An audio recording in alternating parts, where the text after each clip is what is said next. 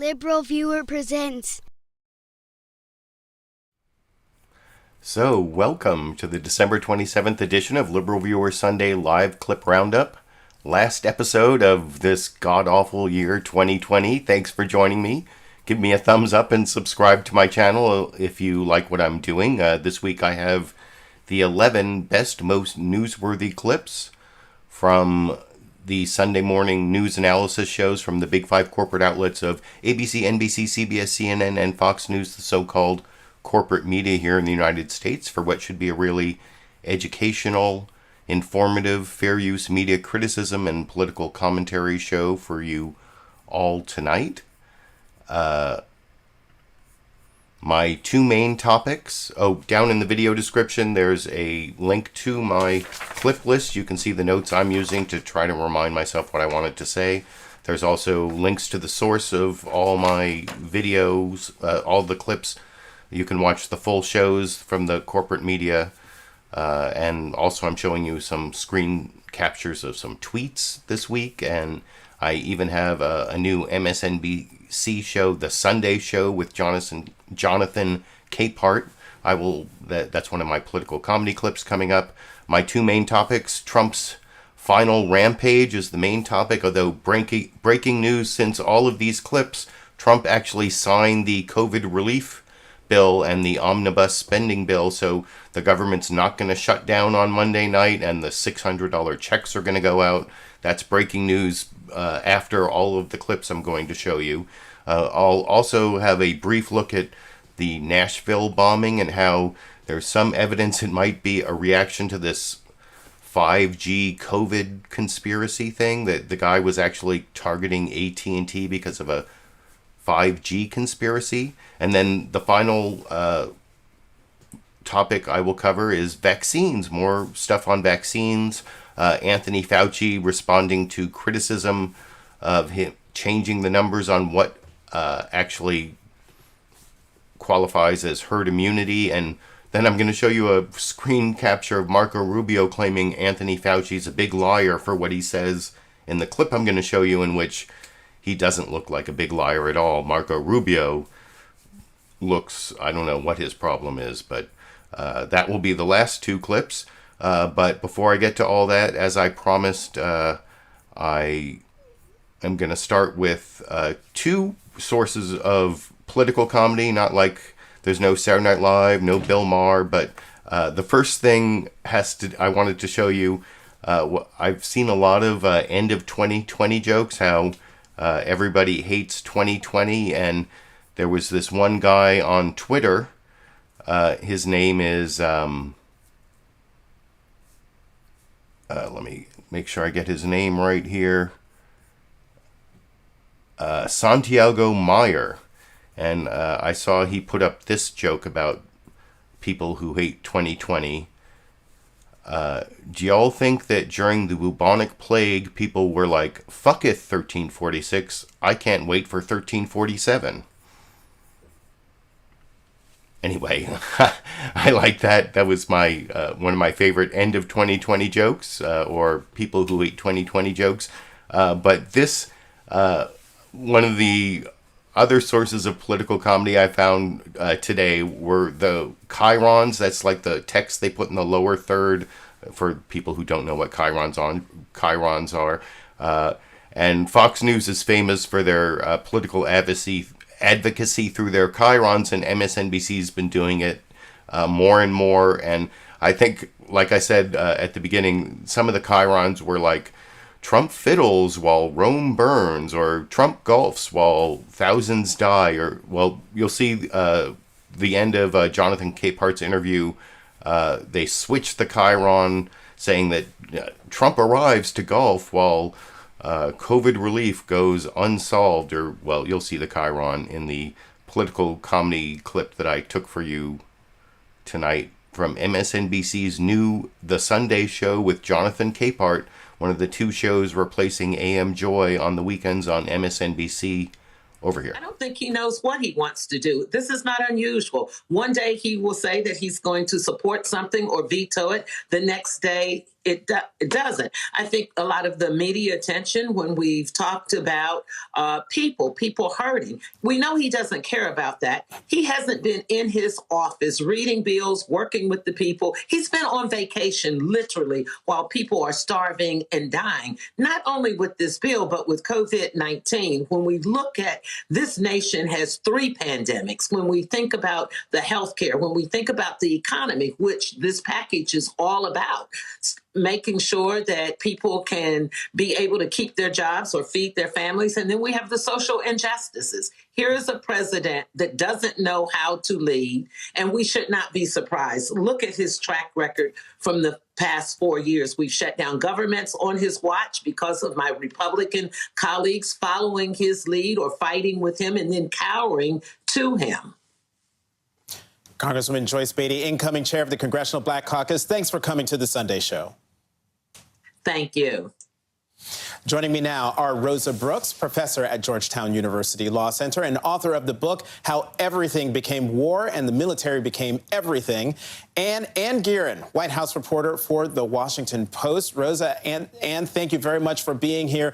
As I just reported in the conversation with Congresswoman Beatty, the president, once again, is at his golf club, still hasn't taken any action signing or vetoing the coronavirus relief bill. And let me start with you. Bring us up to speed. What's taking him so long to do anything with regard to the stimulus bill?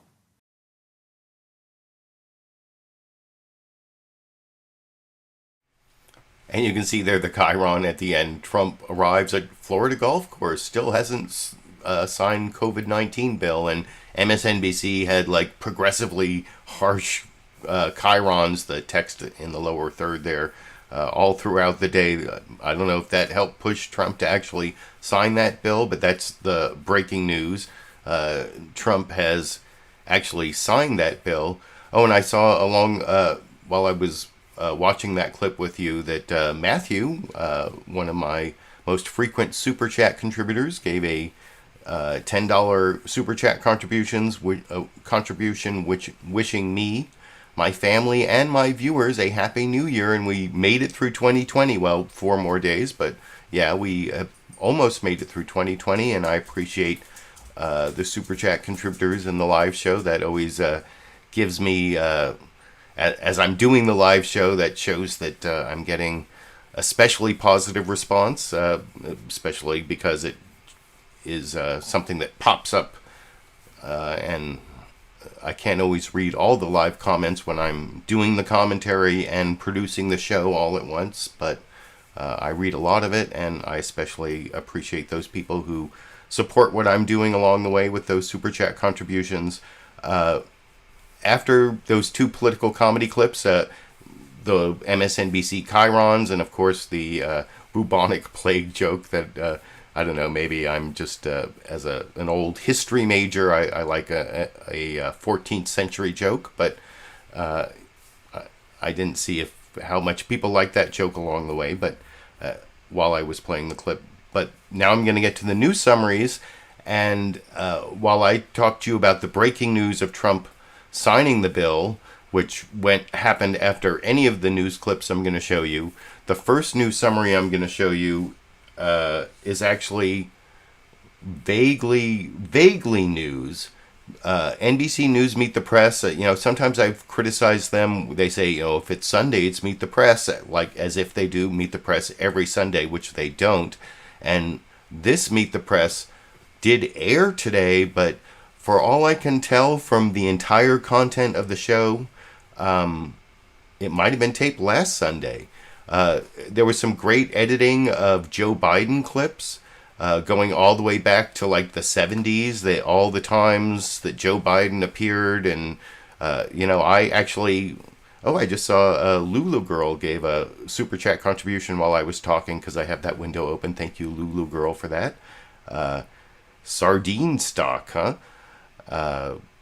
That's the sardine story I told weeks ago, and that's going to distract me. I'm trying to talk about what Chuck Todd did on NBC News's Meet the Press. That, like I said, might have been recorded like a week ago, There was a lot of good editing of old Joe Biden clips. I personally remember Joe Biden running for president in 1988. That's when I was vice president of Yale Students for Hart, of all things. Gary Hart had run in 84 and lost to Walter Mondale, and he was coming back and then got derailed by Donna Rice and Monkey Business. Does anyone remember when the Monkey Business was the biggest sex scandal ever? That was before Bill Clinton. And anyway, Joe Biden had to drop out because he plagiarized a speech by UK Labour leader Neil Kinnock. And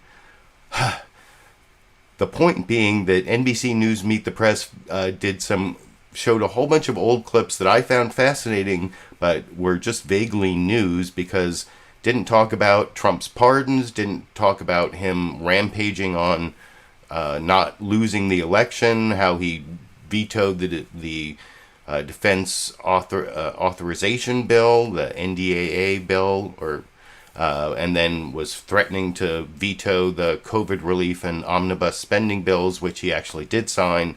None of that, nothing about that appeared on NBC News Meet the Press. Like I said, it might have been recorded a week ago. Still interesting, but not breaking news, as I will talk about a little more after we watch that clip together over here. Good Sunday morning, and I hope you are all enjoying a safe and happy and healthy holiday break.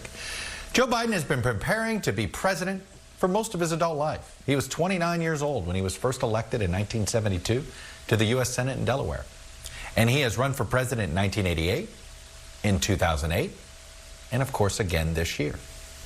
At the beginning of the campaign, Biden was largely dismissed as the past his prime centrist Democrat flailing in an increasingly progressive party.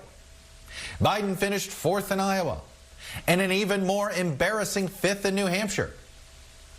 But roughly 3 weeks later, he lapped the field in South Carolina and then all but swept the Super Tuesday contest en route to the nomination. He beat the Democrats by running to their right, and then he beat President Trump by running to his left, winning more than 81 million votes, by far the most ever by any candidate for president. So what kind of president will this most prepared president make? We brought together NBC News White House correspondent Kristen Welker and former Republican Senator John Sununu of New Hampshire and former Democratic Senator Claire McCaskill of Missouri, both of whom have served with Biden. We're going to look back at many of the 50 times that Joe Biden has been on Meet the Press and on other NBC News broadcasts over the years, including 2020.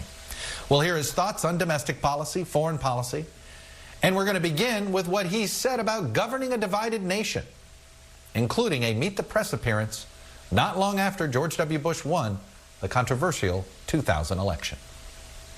The vote was certified. George W. Bush will be the 43rd president. Senator Biden, let me start with you. House Democrats protesting the vote in Florida. And if they had gotten a senator to join in their protest, they could have had a challenge, if you will, to the Electoral College vote. Why wouldn't any Democratic senator join with those Democratic congresspeople? To tell you the truth, I wouldn't ask. Number two, if they had, I wouldn't have signed it. The election's over. It's time to move on. But I think it reflects a reality that George Bush has to deal with. The president signaled from even before. And there's a lot more old Biden clips, like I said, I find it really interesting, but not breaking news. And I kept it playing through that part just because I really miss Tim Russert. And, I've talked a lot about how people hate Chuck Todd as the host of Meet the Press. I think he's been the host pretty much the whole time that I've been doing my live clip roundup. Tim Russert died in 2008, and I didn't start doing this clip roundup, was it 2012, 2013? It's like 7+ years ago. But anyway, I think it was April 2013 I started. So I never got any. I did use some Tim Russert clips in some of my older videos since I was doing videos for a couple years before he died. But is that why people hate Chuck Todd so much? Because Tim Russert was so awesome? Anyway, I just had to keep playing it through the Tim Russert clip. As someone who's been watching the Sunday morning news analysis shows for 35 years at this point, at least. Tim Tim Russert was one of the greats, and I miss him, so I wanted to play that. And like I said, that wasn't really a news summary, but that's what you got from NBC News today. No breaking news. I think it was recorded before Christmas, so they all got to take this weekend off and still say that if it's Sunday, it's Meet the Press. And, you know, it's usually my rule that I don't take clips from the pundits, just the newsmakers. And you saw a couple former senators there, and then Kristen Welker, who was a great debate host or whatever for NBC, but during the presidential campaign. But they're not newsmakers, and I don't have any newsmaker clips from Meet the Press. The rest of the news summaries pretty much covered the stuff better, I guess, than Meet the Press, because they all seem to have been recorded at least today on Sunday. Although the worst one was, but also the longest one, was Fox News Sunday. Mike Emanuel in for Chris Wallace this week. And at least a lot of weeks before the election, I criticized Fox News for not mentioning the number of deaths. This week, right at the beginning, Mike Emanuel does say 330,000 dead. But then they talk about all this wrangling with the Congress without ever mentioning what you'll see in a lot of the other news summaries, that Trump negotiated this COVID-19 bill and then at the last minute threatened to veto it. And by last minute, I mean in the one time when it makes no sense. If you're going to threaten to veto a bill, you do it before it passes. That's how, when you have leverage. What's the point of threatening to veto a bill after it passes? Which maybe that's why he signed the bill. But in this Fox News summary, that whole issue never comes up, as I will talk about with you a little more after we watch it together over here. And hello again, and Happy New Year from Fox News in Washington. A Christmas holiday season like none other, as Americans isolated by COVID precautions and looking for an economic boost now face more uncertainty. The president in Florida, after throwing a wrench into relief proceedings. In Washington, time is running out, and tomorrow is shaping up to be one of the most consequential days of the congressional year. The House is scheduled to vote on the president's demand for $2,000 direct payments to some Americans, although it will likely die in the Republican-controlled Senate. The country also facing a looming shutdown in the middle of a pandemic which has killed more than 330,000 people in this country.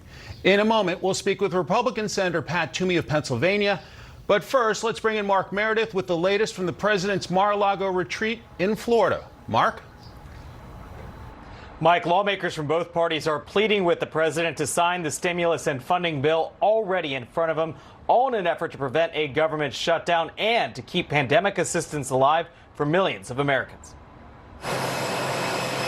This weekend, President Trump doubled down on demands Congress rewrite its stimulus package, tweeting overnight, 2,000 plus 2,000 plus other family members, not 600. Remember, it was China's fault. On Christmas Eve, Democrats tried to amend the $900 billion bill and increase direct payments, but House Republicans blocked the effort. We do not have unanimous consent. With both the stimulus and $1.4 trillion government funding bill in limbo, Democrats say the consequences of inaction could be dire. People are scared. People are desperate. On Saturday, enhanced unemployment benefits lapsed for some Americans. An eviction moratorium will expire later this week. President-elect Joe Biden urging the president to sign the deal already worked out to, quote, make sure millions of Americans can put food on the table and keep a roof over their heads in this holiday season. As Biden weighs his final cabinet picks, President Trump is demanding Congress not certify the November election when lawmakers meet for a joint session in early January. Thank you all for being here. Meantime, the White House says the president is receiving constant updates on the ongoing investigation into the Christmas Day explosion in Nashville. The FBI, which is leading the investigation, believes the blast was intentional. Tennessee's governor is asking for federal assistance to help with the cleanup. Overnight, Tennessee's congressional delegation sent a letter to the president urging him to support that assistance, with officials saying that there is so much help needed, not only for the city of Nashville, but for local businesses as well.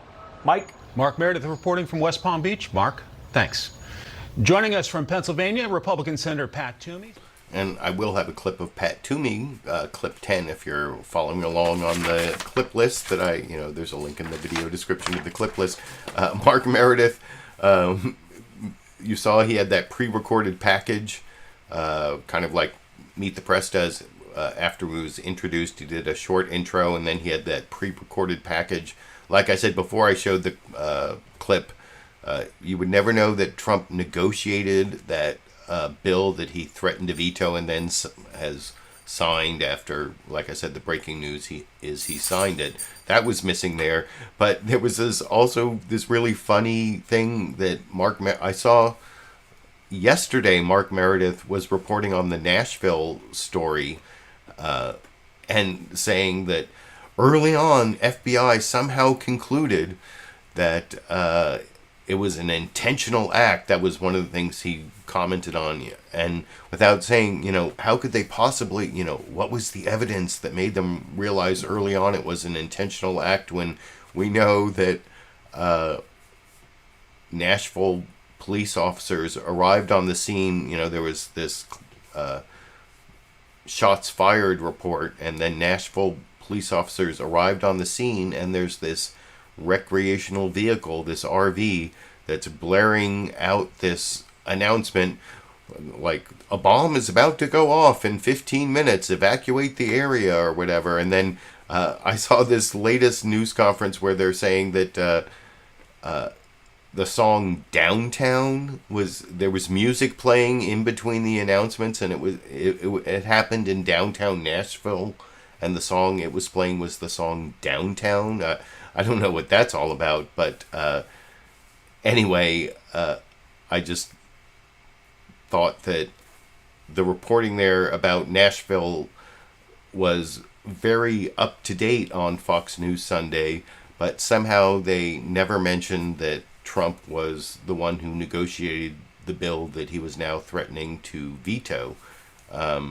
Anyway, that was the Fox News Sunday news summary. Oh, and the whole point of what I was saying there is Mark Meredith was saying that somehow the FBI and local police decided early on it was an intentional act, and the reason is because the RV that exploded actually had a pre-recorded message saying, "I'm about to explode," or "a bomb is about to go off." So it's not rocket science to figure out that it was an intentional act.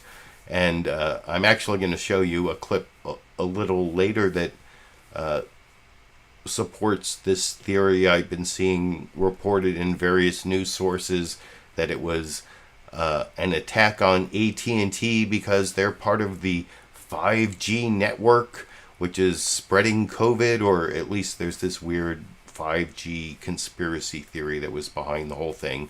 But the Nashville attack also shows up in the next news summary from Dana Bash on CNN's State of the Union, but she also focuses in on how, the State of the Union is dropping the ball, which is, something that happens on New Year's Eve. They drop the ball in Times Square, but also the president and the legislature dropped the ball on COVID relief, although breaking news, that's been solved. But I think that's what dropping the ball means in this CNN State of the Union news summary that I will talk about with you a little more after we watch it together over here. Hello, I'm Dana Bash in for Jake Tapper in Washington, where the state of our union is as we close out 2020, dropping the ball. Unemployment benefits have now lapsed for millions of Americans as a $900 billion coronavirus relief bill is sitting in limbo at Mar-a-Lago.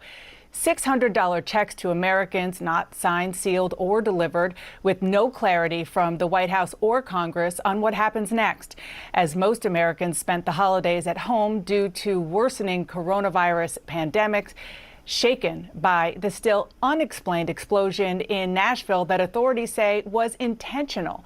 The president seems completely uninterested in governing. Instead, he is spending his time golfing, pardoning loyalists, complaining that his wife hasn't been on the cover of fashion magazines, and spreading more dangerous lies about the election he lost. Meanwhile, President-elect Biden is warning of very dark days ahead as the coronavirus continues to surge. 120,000 Americans spent their holidays in hospital beds, and coronavirus vaccines are only beginning to offer some protections against the virus. Joining us now is a leading member of the coronavirus task force, the director of the National. And I will have a clip of Dr. Anthony Fauci as my final news clip coming up.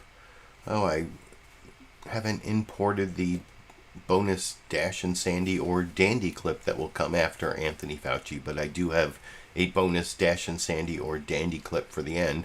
But you saw in that CNN State of the Union news summary, less than half the length of the Fox News Sunday news summary before it, but much more accurate in terms of the wrongdoing of Donald Trump, his golfing, the COVID relief that he was threatening to veto, that at least he isn't doing that anymore. And then you can compare the CNN State of the Union news summary with the ABC This Week with George Stephanopoulos news summary, almost exactly the same length, actually covers the final rampage of the Trump administration that is the subject of the title subject of my video tonight. Like I said, CNN State of the Union was a minute 13 seconds. This is, or 14 seconds. This is a minute 13 seconds. A very good one-on-one comparison. Which one, who wears it best? Is it CNN or ABC? You let me know what you think down in the comment section while we watch the second clip. Jonathan Karl, the chief White House correspondent for ABC, in as the host of This Week with George Stephanopoulos this week over here. Good morning and welcome to This Week. He's not going quietly, but 24 days from now, Donald Trump will no longer be president. His final days in office are shaping up to be the most volatile and unpredictable of a presidency defined by its volatility and unpredictability. This morning, millions of Americans are waking up to a grim reality as much-needed unemployment benefits lapsed overnight. The $900 billion COVID relief bill, including $600 in direct payments and much more, is in limbo, awaiting Trump's signature, while many families are forced to choose between putting food on the table or paying rent. All of this unfolding during the deadliest month yet of the COVID-19 pandemic. We will cover it all this morning, but we begin with that breaking news out of Nashville, where an explosion ripped through downtown on Christmas morning. More than 250 FBI personnel are on the scene, law enforcement receiving nearly 500 tips so far. Authorities focusing on specific properties as they search for answers. ABC's Marcus Moore joins us now from Nashville.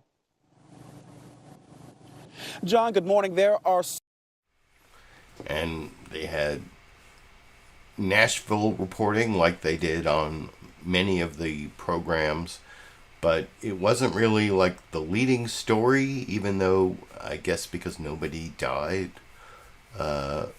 And like I said, I'm going to be showing you a clip of the mayor of Nashville giving some support for this theory that it was all about attacking AT&T because they're part of 5G and 5G is causing COVID-19, or I don't know if that's true, but it's kind of going in that direction. But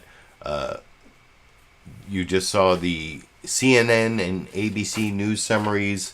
One of the things I forgot to mention that even they were both about the same length, and they both used the word limbo to describe the COVID-19 bill that Trump was threatening to veto.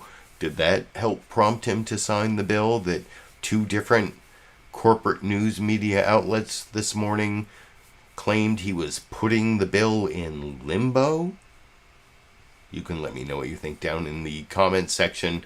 And now I'm going to get to the last news summary the shortest news summary, about a minute from CBS News' Face the Nation, Margaret Brennan, talking about many of these same issues. 4 days left in 2020, but then she uses the phrase "wicked blow."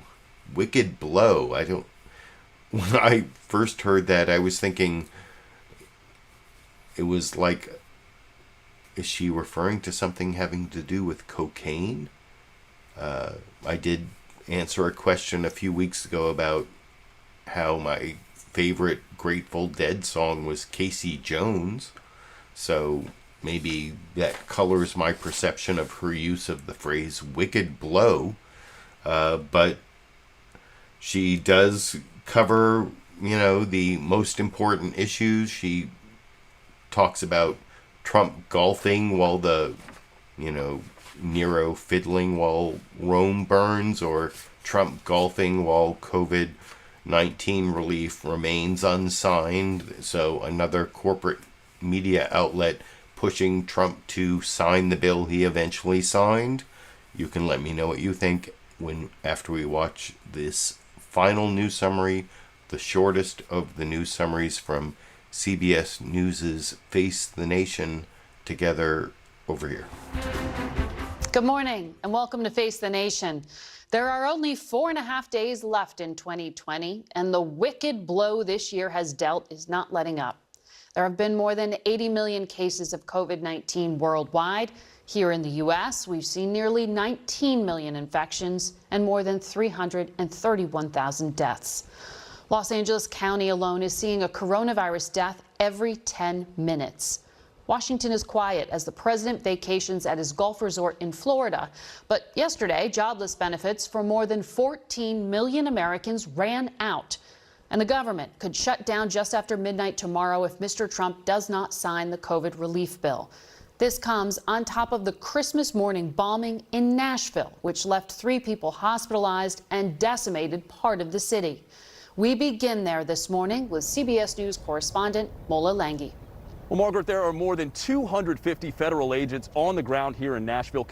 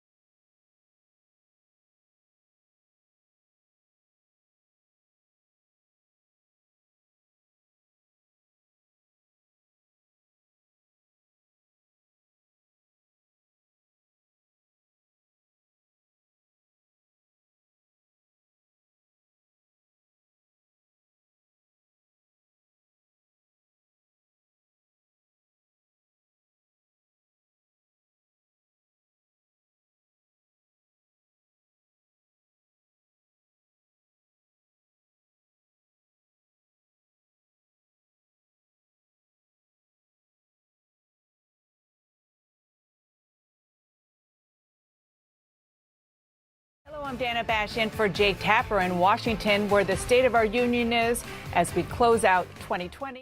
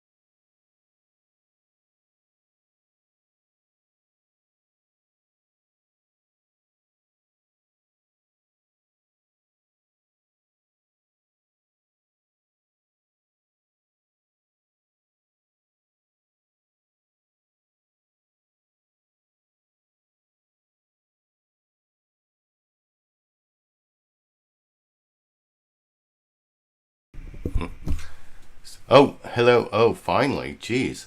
Okay. Sorry, I had a terrible technical problem there. I don't know. I was having a problem with my power source, but it happened at the end of the last of the news summaries there. The CBS News Face the Nation news summary. Sorry about that. I think there's a big gap. But thank you for hanging on for all of that. I think I've got the video and the audio going again.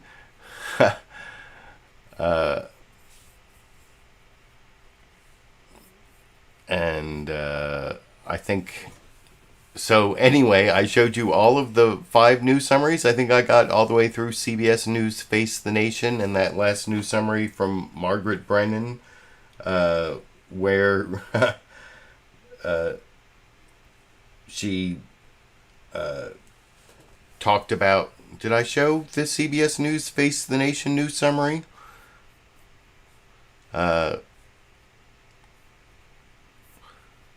me...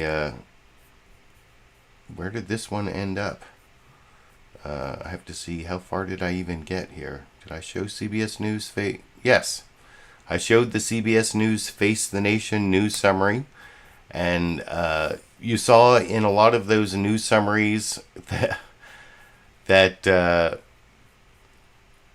they were talking about this Nashville explosion. And I was talking earlier about how there's some evidence that this guy, Anthony Quinn Warner, who apparently is the person of interest that the FBI is looking at, that he might have had some grievance against AT&T, and maybe this whole 5G conspiracy thing. The closest I could get to a newsmaker clip backing up that theory is this clip of the mayor of Nashville, John Cooper, who is first verifying what you've been hearing in the media about the RV bomber in Nashville, Anthony Quinn Warner, and then talking about how why he thinks it was an infrastructure attack on AT&T in this clip. Interest, CBS is reporting, is a Nashville area resident named Anthony Quinn Warner. He's been described as a 63-year-old white man who had an RV similar to the one in the explosion. Do you know if he is the suspect and what his status is? Well, I know what you know, what the authorities are reporting to the public. Again, I just think there's a lot of momentum in the investigation. And I think there's a lot of public interest because it's so shocking that on Christmas morning, this time of greatest hope, you have a bombing, a deliberate bombing. How can this be? And the public, I know, is anxious to try to understand it better. Absolutely. You said that this was not typical of terrorism. You called it an infrastructure attack. What did you mean by that? Well, those of us in Nashville realize that on 2nd Avenue there's a big AT&T facility, and the truck was parked adjacent to this large historic AT&T facility, which happens to be in downtown Nashville, somewhat surprisingly. And to all of us locally, it feels like there has to be some connection with the AT&T facility and the site of the bombing. You know, and that's a bit of just local insight into that. It's got to have something to do with the infrastructure. Well, we know service was knocked out in parts of Tennessee, Alabama, Kentucky. This was far reaching.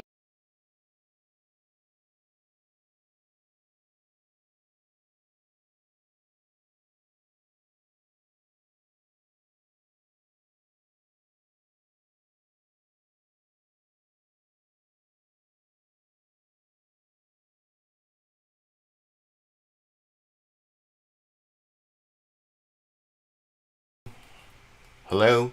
Oh, there we go. Jeez. audios going out. This is like 2020 in like a nutshell. All these technical difficulties. Oh, and now I hear Sandy and off in the background getting upset. But yeah, that you saw there, the closest I could get to a newsmaker saying that there was a 5G conspiracy theory behind this whole thing. At least you saw the mayor of Nashville saying that it was an attack on infrastructure. It was the whole thing was really weird, and I think we'll learn more about it as time goes on. But that's the last clip having to do with Nashville. Now I'm going to focus on my two topics. First, the main topic, Trump's final rampage, where I have three clips. First, from I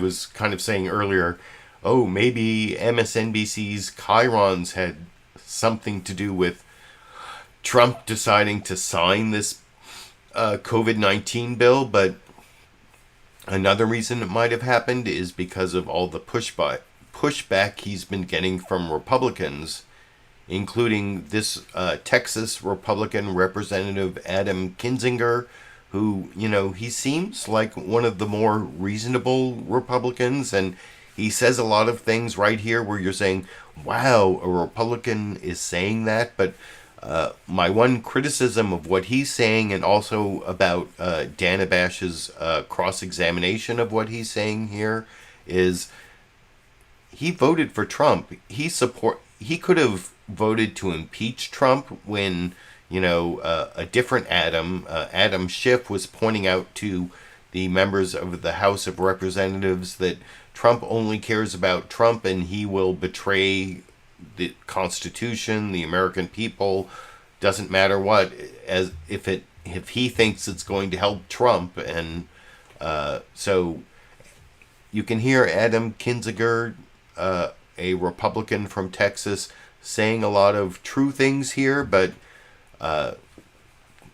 in some ways I think it's too little too late, and Dana Bash didn't do a good enough job pointing that out in her cross-examination of one of the Republicans that might have put pressure on Trump to sign the bill he finally signed, that I will talk about with you a little more after we watch it together over here. How you do it. So hopefully we can still get it overridden. Okay, so let's talk about the stimulus bill that President Trump is demanding Congress revise to increase the size of stimulus checks to $2,000. Again, your leader, Kevin McCarthy, he blocked an effort by Democrats to do just that earlier. Senate Republicans have said that number is a non-starter. Meanwhile, unemployed Americans lost benefits as of last night because President Trump has not signed the bill. So what do you think is going to happen next? So this just shows the chaos of the whole thing. I was on a call with Secretary Mnuchin, and he had talked about getting to this point, having negotiated, presumably on behalf of the President of the United States. That was his person at the table. They came to an agreement. I mean, none of us totally like the bill. It's the nature of legislating. You're not going to end up with anything perfect. But we passed it because this was the agreed upon number. It's what the president negotiated. And then for him to come out and say, now I'm going to veto it for the $2,000 checks, fine. If you want to make it $2,000 checks, negotiate that from the beginning. Let's have the discussion after this bill is signed, because right now we're at a point where people are left out in the dark. But to play this old switcheroo game, which is just kind of like, I don't get the point. I don't understand what's being done. Why? Unless it's just to create chaos and show power and be upset because you lost the election. Otherwise, I don't understand it, because this just has to get done. Too many people are relying on this. We have worked hard. We should have had this done a lot earlier. And now to be put in a lurch after the president's own person negotiated something that the president doesn't want, it's surprising, but we'll have to find a way out. And when you walk down the street in your district, you talk to your constituents who undoubtedly need help and ask, where are their checks? Where is the relief that you, Congressman, voted for? What do you say? How do you explain what the president is doing? Well, I say what I just said. The problem is, in this day and age, the president can get on Twitter or make a statement, or the certain people can, and it just seems like it's all Congress's fault. Look, Congress ain't a pretty institution, trust me. Negotiations between people and sides that have big disagreements, it always ends up with something that's not pretty. But at the bottom line is that's the process of negotiating. And then at the end to say, okay, we've gotten to this after all this negotiation, now I'm just going to veto it and leave everybody in a lurch. The president then needs to put out his option. The other thing he's done is conflated two totally different things, the COVID bill and then the omnibus bill, which is just general government spending. This is money that would have been spent whether we had COVID or not. It includes things like foreign aid, but to then say that we're giving money to other countries in the COVID bill is disingenuous, and it totally conflates two different issues. And it doesn't do a service to the American people to explain what's going on and how these things are different. I want to look ahead to January 6th. When the Electoral College results will be before a joint session of Congress. President Trump and Vice President Pence met with some Republicans at the White House this week. A number of Senate Republicans, some House Republicans haven't ruled out contesting at various points the election results. What do you expect to happen? I expect there'll be a little chaos. This is a scam, though. I mean, to explain to people that somehow Congress can overthrow the certified results of every state, that we can change an election outcome when there was not a single court case that had any legs. I mean, even if you believe that somehow the courts were, inept in this whole process, if somehow you believe that this whole election was stolen, the reality is there is no impetus to overthrow an election even if you want to, and there's no ability to overthrow an election even if you want to.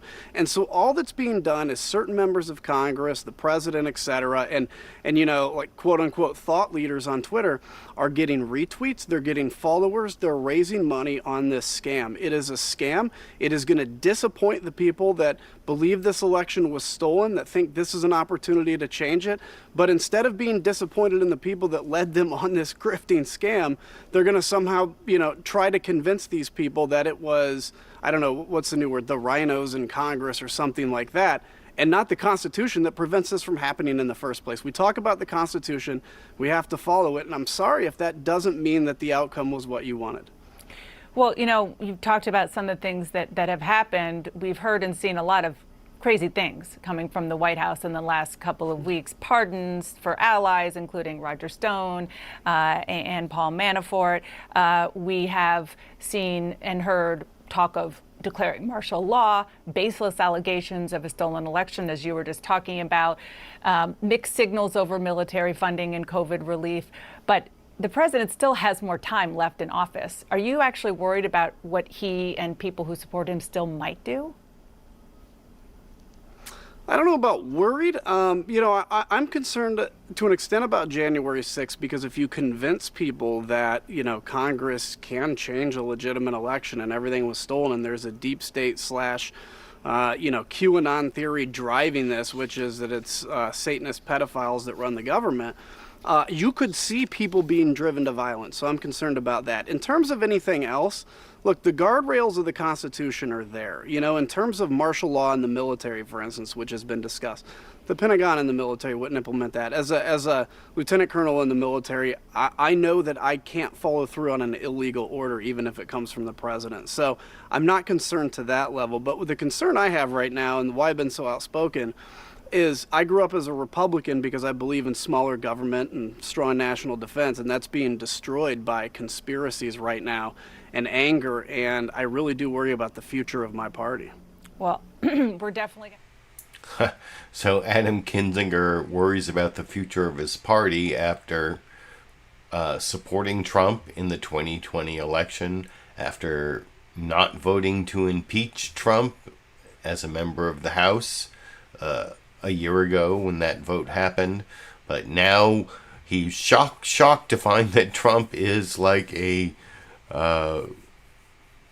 tantrum-prone toddler who's destroying our democracy and creating all these conspiracy theories that are a big scam. And now all of a sudden Adam Kinzinger is speaking the truth, but Is he a hero at this late date to be saying that to Dana Bash? You can let me know what you think down in the comment section.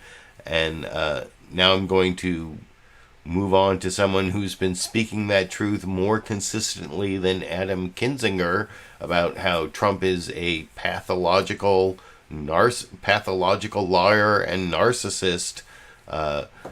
Also on this COVID-19 relief bill issue that Trump actually caved on since all these clips were recorded. But anyway, here is Bernie Sanders, I think, being much more consistent than Adam Kinzinger in that last clip. And anyway, talking to Jonathan Karl on ABC News' This Week with George Stephanopoulos this morning over here. Of Vermont. So, Senator Sanders, you've been pushing for these relief checks, these direct payments to Americans for a long time. And now the president is issuing a sort of veto threat, not saying whether or not he will sign this bill. What's next? What's going to happen? Is this bill going to be signed into law? Jonathan, what the president is doing right now is unbelievably cruel. Many millions of people are losing their extended unemployment benefits. They're going to be evicted from their apartments because the eviction moratorium is ending. We are looking at a way to get the vaccine distributed to tens of millions of people. There's money in that bill. And this president is diddling around, and he may actually veto it.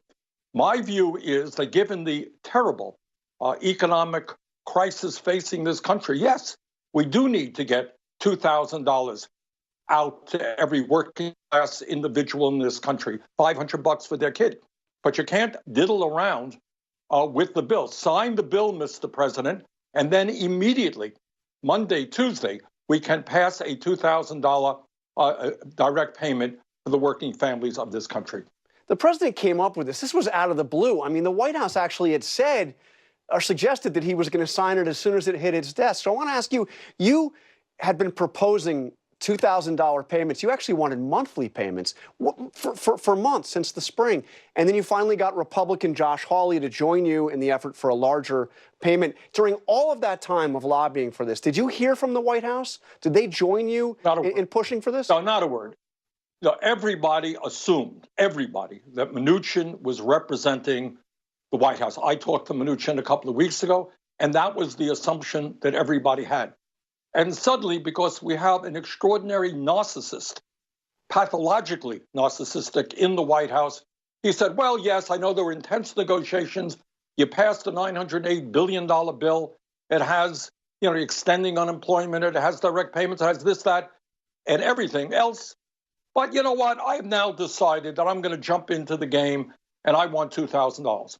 Well, I want $2,000. The American people want $2,000. They need it, given the economic crisis. So what we need to do is have the president sign that bill today, right now, or else the suffering in this country will be immense, and then we can immediately deal with the $2,000. Okay, so we don't know what the guy's going to do. What happens if the president does not sign this bill? So, yeah, that's the Bernie Sanders clip, also excoriating Trump for diddling. I think he said the word diddling multiple times, which is better than what you heard from Adam Kinzinger, more consistent than what you heard from Adam Kinzinger, as I mentioned before I showed that clip. And then the final clip I want to show on this topic of Trump's final rampage, Trump fiddling while Rome burns, or, playing golf while thousands die. However you want to subtitle my main topic of, Trump's final rampage. This is Pat Toomey from Pennsylvania, Republican senator from Pennsylvania, who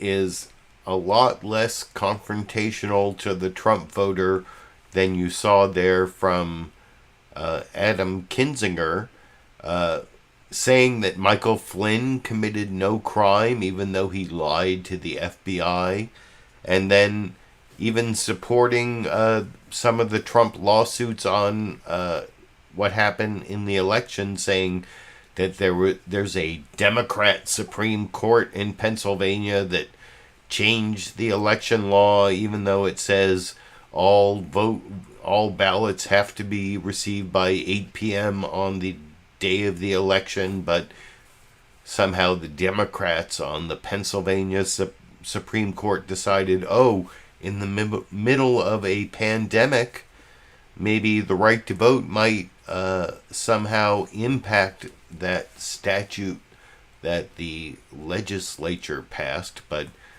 anyway, Toomey never thought of that, but he does say some things that are critical of his commander-in-chief, critical of Trump, regarding some of the thing, and also talking about the upcoming Senate election in Georgia. And I will talk about all of that a little more after we watch that last clip in the topic of Trump's final rampage together over here. President Trump pardoned some former campaign aides, former GOP congressmen, his son-in-law Jared Kushner's father, former Blackwater security operatives. Your colleague, Senator Ben Sasse, saying, quote, "This is rotten to the core." While the president certainly has the power, do you disagree with how he's using it? In some cases, I do. I think the case of Mike Flynn, for instance, was completely legitimate to pardon him because the prosecution was a abuse of power. I don't think Michael Flynn ever committed a crime. But some of these other cases, I mean, my goodness, we have tax fraud and bank fraud, witness tampering, obstruction of justice. But because they were close to the president, they got pardoned. This is unfortunately reminiscent of the Mark Rich pardon by President Clinton. It is legal, it is constitutional, but I think it's a misuse of the power. Some are suggesting it is time to reform presidential pardon powers. Do you agree? You know, it's a good discussion to have, but it's a tough call. This is obviously a constitutional power, so I don't know how we would do it without amending the Constitution. And I think it would be very challenging. Do you anticipate a lot more pardons before he leaves office, Senator? I don't know what to anticipate. This president is often unpredictable. President Trump continues disputing the outcome of the 2020 presidential contest. Do you have concerns about it hurting Republicans in Georgia, where those critical runoffs will decide the Senate majority? Well, I think the president should accept the outcome of the election. He had every right to challenge these votes. He had every right to recount and to litigate.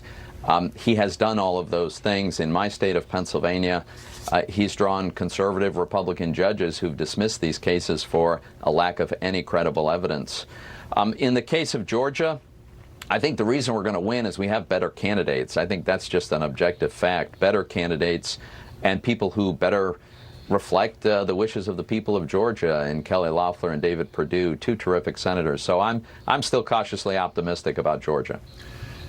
What are the stakes there in Georgia in terms of what's the big difference between a Senate led by Majority Leader Mitch McConnell or perhaps a Majority Leader Chuck Schumer? Well, the difference is if Republicans hold the Senate, then legislation will necessarily reflect broad compromise because both parties will have some say and neither party will be able to simply run off at will. If Republicans were to lose both Senate races in Georgia, then the Democrats will have complete control of the elected government. And I'm afraid that much of that party has been taken over by this radical woke left and a very liberal agenda, openly advocating socialism, calling themselves socialists, advocating for the elimination of police departments. I mean, just all kinds of crazy policies. And there will be no check on those policies except however they choose to limit themselves, and that's not very reassuring. So I think for the sake of some balance and some consensus government, it's really important that Republicans hold on to the Senate. Back to the 2020 presidential contest. Front and center is the president's fight. Your state of Pennsylvania.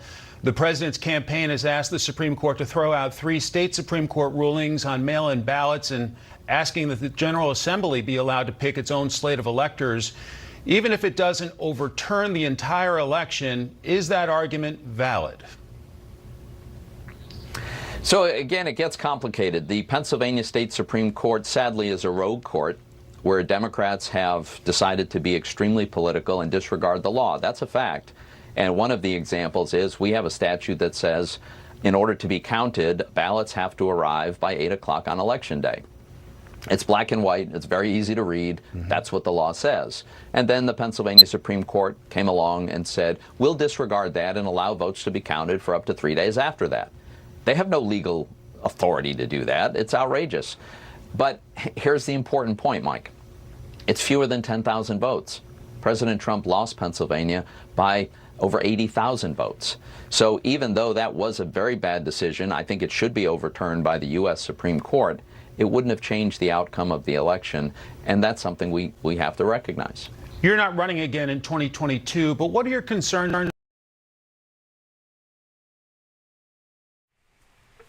So there you see Republican Pat Toomey slightly turning against Trump on, his refusal to accept the outcome of the election, but also attacking the Democrats on the Pennsylvania Supreme Court for changing the rules of the election after the election, even though the statute says ballots have to be received by 8 p.m. on Election Day, but because of COVID-19, they interpreted the right to vote as being important enough to change those statutes. But as Pat Toomey said, whether you agree with him or not, it's only 10,000 votes and not enough votes to change the election. So Trump is being a big baby,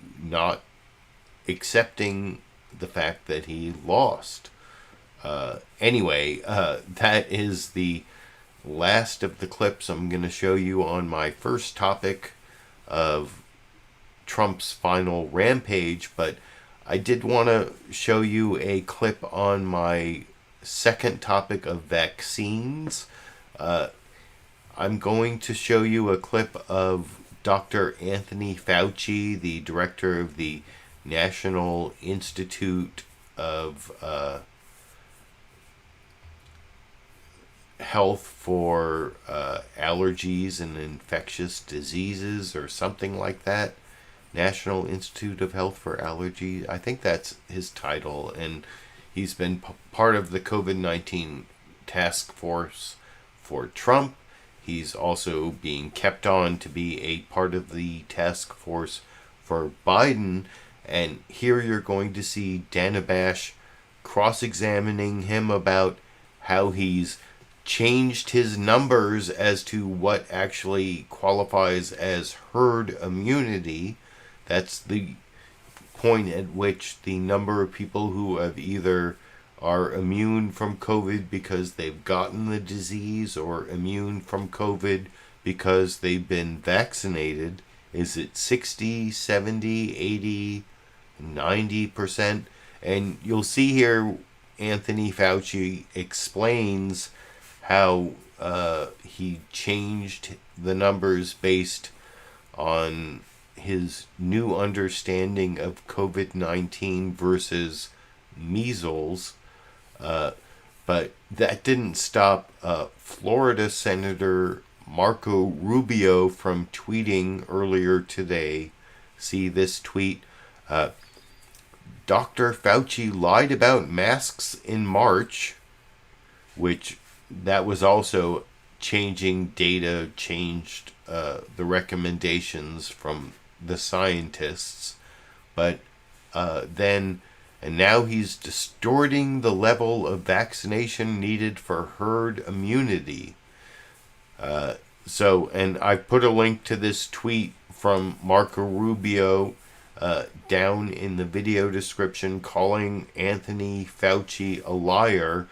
But do you think he really deserves to be called a liar based on this final news clip I'm going to show you?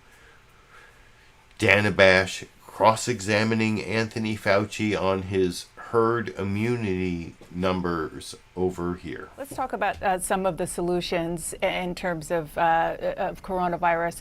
You acknowledged to the New York Times that you've moved the goalposts in terms of what it would take to reach so-called herd immunity in the United States. Here's what you said. You said when polls said only about half of all Americans would take a vaccine, I was saying herd immunity would take 70 to 75%. Then when newer surveys said 60% or more would take it, I thought I can nudge this up a bit. So I went to 80, 85. And then you go on to say that it may be as high as 90%.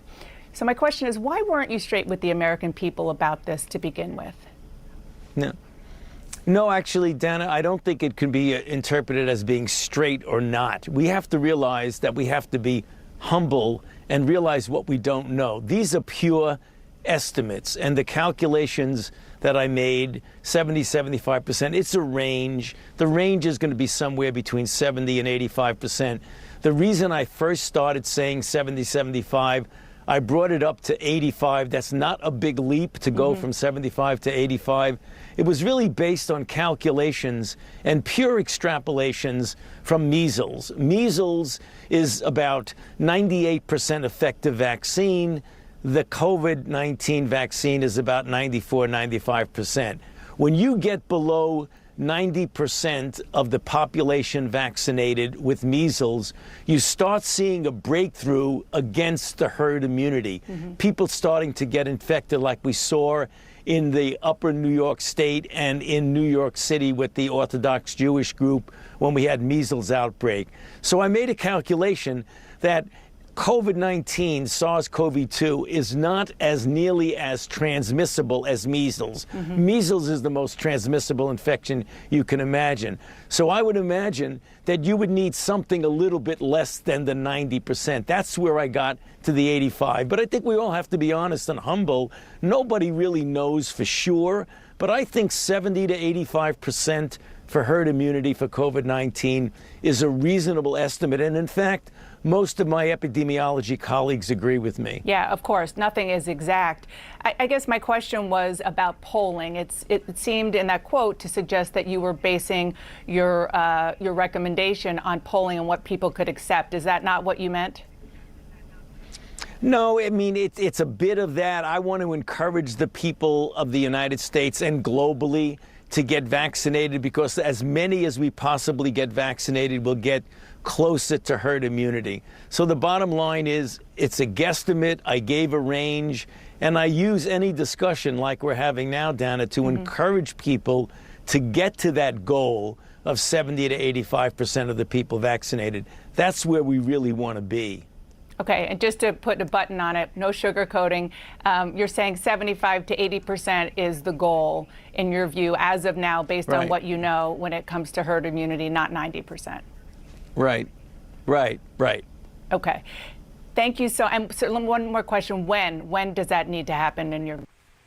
And that last question, he says, like late spring, early summer, he thinks we might get to herd immunity. But did that answer from Anthony Fauci merit this tweet from Marco Rubio that he was lying and distorting? I think he gave an explanation of why it was that he thinks that based on the herd immunity necessary for measles, which is more transmissible than COVID, why he's saying like 70 to 85%. But anyway, I don't think Marco Rubio is justified. You can let me know what you think down in the comment section. But anyway, that's the last of my news clips. I did want to show you a bonus Dash and Sandy or Dandy clip before I finish up here. This is a clip of, well, this is one of the things I think upsets Sandy the dog the most, that Dash the cat can get up on the bed, but Sandy cannot. And for that reason, we've been very grateful for our pet sitter to give our dog Sandy a comfort animal that you'll see next to Sandy in this clip, helping her cope with the fact that Dash can get up on the bed, but not Sandy in the final clip tonight over here.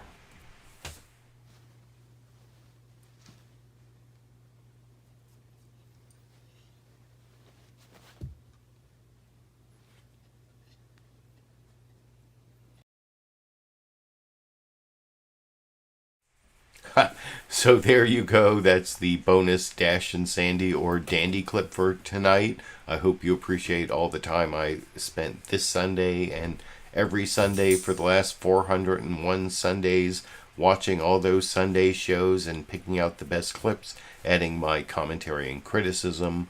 I apologize for my power running out on my laptop partway through the show.